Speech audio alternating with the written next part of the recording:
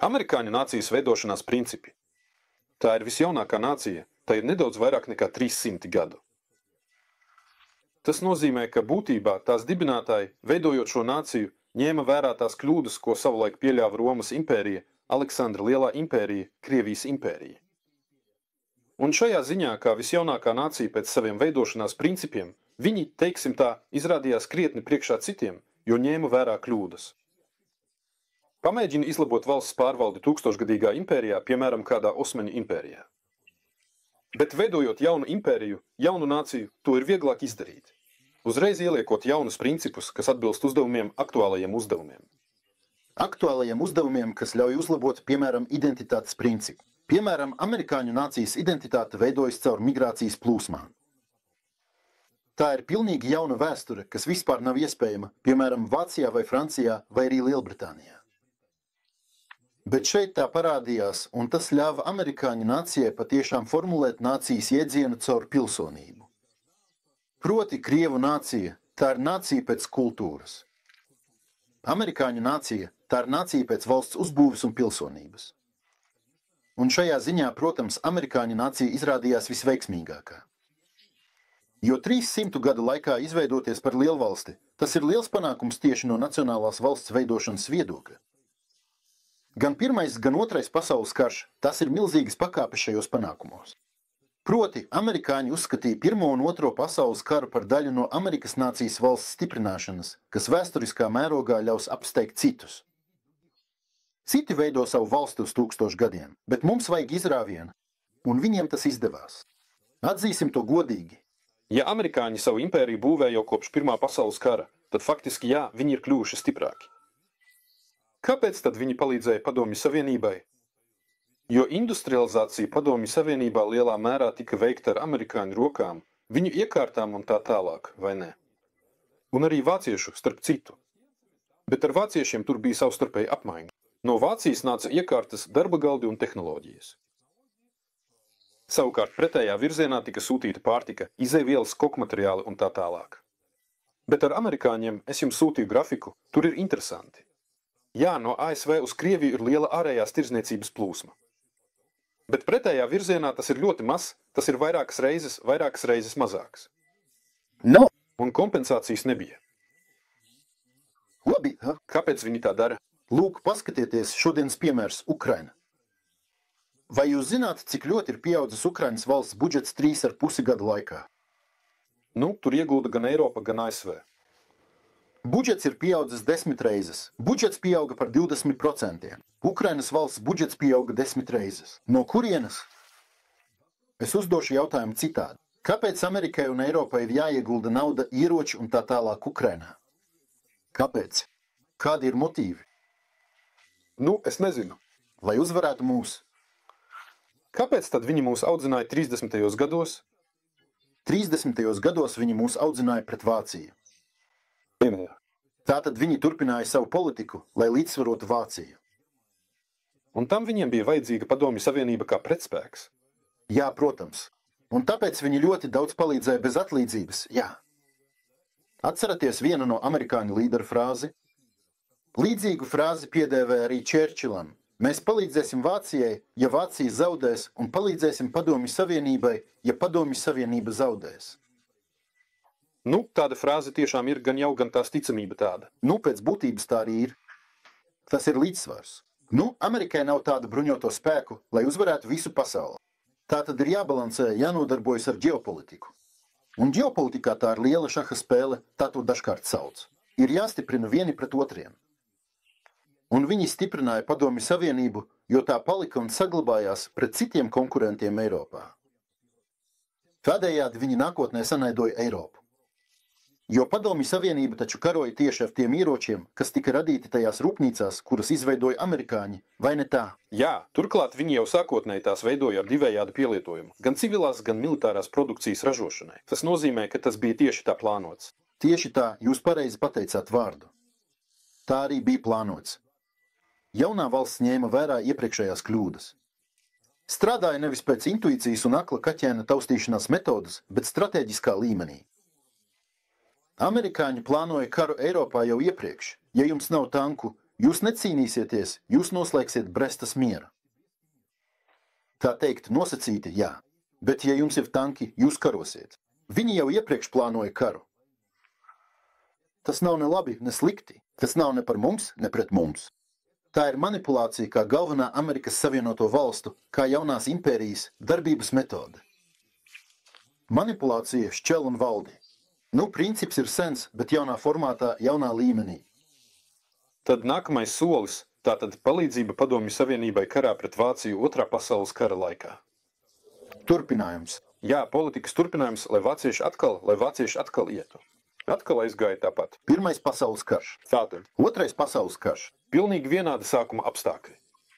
Kas bija Amerika pirms Otrā pasaules kara? Kurš gan? Valsts. 1 no 10. Kas ir Amerika pēc Otrā pasaules kara rezultātiem? Jā, spēcīgs bruņotais spēks. Tātad 30 gadu laikā izrāviens, ko citas impērijas veids 200 gadu laikā, tas ir kvalitatīva pārvaldība. Vēlreiz, motīvi kļūt par milzīgu lielvalsti. Tie ir motīvi jebkurai valstī, mazai vai lielai. Ja tagad Lietuvai piedāvātu pievienot Somiju, es jūs apliecinu, viņi ar prieku to izdarītu. Protams, ja būtu tāda iespēja. Jā, kaut visu Afriku. Vispār nav jautājumu. Vēlme ir, iespēja nav. Visi vēlas. Bet ne visiem sanāk, jo uz planētas Zeme dzīvo cilvēki, kuri to nevēlas. Viņiem ir armijas. Šīm armijām ir 1000 gadu, politikai 1000 gadi. Tur ir tādi paši savi imperatori, priekšnieki, oligarhi. Viņi neļauj. Neļauj. Tu gribi kļūt par milzīgu impēriju? Zini, viņi tev traucē ar saviem tankiem. Lūk, amerikāņi ņēma vērā šo pieredzi. Viņi tās pašas mērķus, kas bija Lielbritānijai, Vācijai, Francijai, zināmā mērā arī Krievijai, īsteno balstoties uz nedaudz atšķirīgu valsts uzbūves principu. Viņi to risina ar citām metodēm, un viņiem tas veiksmīgi izdodas. Viņi vēsturisko ceļu iziet 10 reizes ātrāk. Un, starp citu, ar mazākiem upuriem. Tagad Trumps saka, mēs uzvarējām Otrajā pasaules karā. Viņš taču tā saka. Kāds ir mūsu arguments pret viņu? Mēs pareizi sakām, ka mēs esam galvenie uzvarētāji. Kāpēc mēs esam galvenie? Mums ir 27 miljoni bojā gājušo. Bet Trumps saka, un man cik tur 800 000. Cena. Viņš ieguva tādu pašu statusu kā Padomju Savienība. Padomju Savienība par to samaksāja 27 miljonus, viņš 700 000. Bet rezultāts ir viens. Tieši tāds pats, precīzāk sakot. Bipolārā pasaule. Tas ir 2 varas centri. Tas ir lielvalsts līmenis. Ķīnieši samaksāja 35 miljonus dzīvību un pat nebija Japānas kapitulācijas akta parakstītāji. Kā vēsturisks paradoks, vai ne? Jā. Toties tagad viņiem ir cits status. Tā jau ir cita vēsture. Tajā konkrētajā brīdī viņi samaksāja 35 miljonus dzīvību. Pat ne viņi uzvarēja Japānu. Jā. Lai gan samaksāja.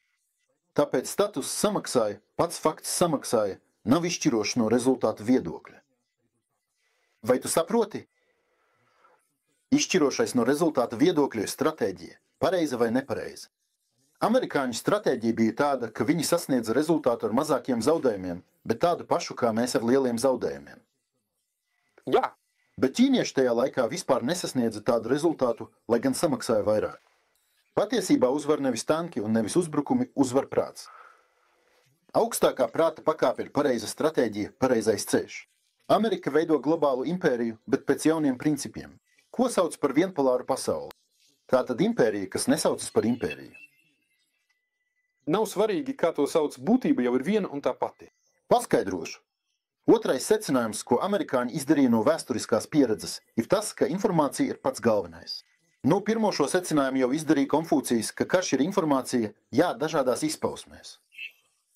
Tāpēc galveno savu ieguldījumu militārajā būvniecībā viņi virza sabiedriskās domas veidošanā. Un šajā ziņā impērija, kuru sauc par neokoloniālo, Putins to tā sauc, tā netiek saukta par koloniālo impēriju, saprotat? Jo viņi spēja pārņemt informācijas dienas kārtību. Bet būtībā viņi dzīvo uz koloniju rēķina. Kas ir kolonija? Tā ir situācija, kad teritorija ar tevi sadarbojas ekonomiski ne uz brīvprātīgiem, vienlīdzīgiem noteikumiem. Tu man, es tev, bet uz nosacījumiem. Tāpat kā Krievija un Vācija. Piemēram, jā.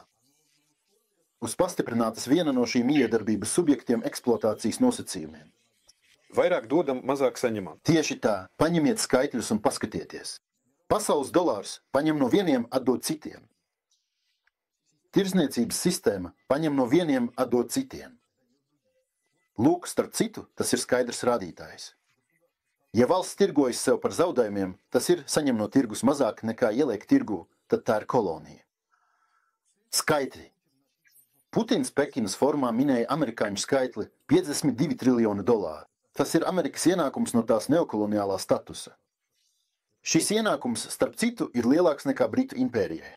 Lai gan tur, protams, bija arī nošaušanas, sipeju sacelšanās, tika veikti soda reidi. Amerikāņiem izdevās izvairīties no Britu impērijas kļūdām, izveidot koloniālo impēriju bez tāda vispārēja ļaunuma statusa. Lūk, tas ir faktors, kur neņēma vērā valsts veidošanā.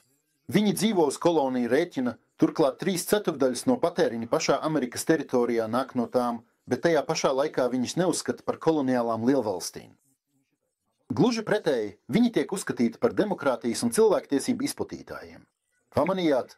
Tātad viņi jau iepriekš politikā to sauc par vakcināciju, jau laiku sevi pasargāja no šāda veida apsūdzībām, ka viņi ir koloniālā lielvalsts, pret kuru būtu jācīnās un jāveicina nacionālās atbrīvošanās kustība visā pasaulē.